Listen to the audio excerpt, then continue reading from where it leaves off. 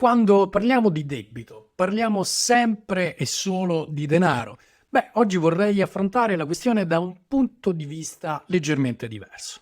Siamo sempre in debito con chi ci ha aiutato, genitori, amici, mentori e addirittura i libri che abbiamo letto. Questi debiti, così intesi come riconoscimento di gratitudine, ci aiutano a crescere e a diventare chi siamo. Questi debiti non sono quantificabili. Quanto dobbiamo infatti a un amico che ci ha aiutato in un momento difficile, oppure a quel libro che ci ha cambiato la vita. Ma nel mondo finanziario la situazione è ovviamente ben diversa.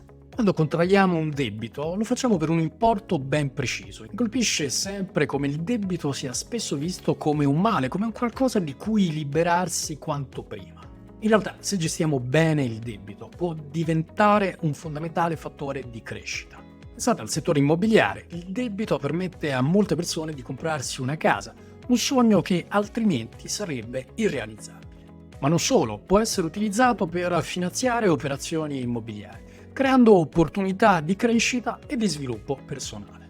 Sì, perché crescere e investire vanno di pari passo. La nostra società infatti ha visto un'esplosione di ricchezza e opportunità, molte delle quali basate proprio sul concetto di debito. Nella mia esperienza nel settore immobiliare, il debito può diventare un modo per investire, trasformare una situazione economica e realizzare dei sogni che altrimenti sarebbero rimasti tali. Ho finanziato la mia prima operazione immobiliare grazie a delle persone che hanno creduto in me. Ho sentito il peso di quella responsabilità, ma quella responsabilità ha dato i suoi frutti. Ovviamente non tutti hanno la capacità di trasformare il debito in opportunità. Il debito ci insegna anche l'importanza di pianificare e guardare al futuro. Pensare oltre l'immediato e pianificare le mosse future. In conclusione, il debito non è soltanto una questione di numeri e soldi.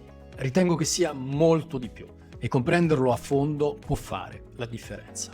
E tu che cosa ne pensi del debito? Scrivimelo nei commenti. Metti like, iscriviti al canale e come sempre ci vediamo al prossimo video.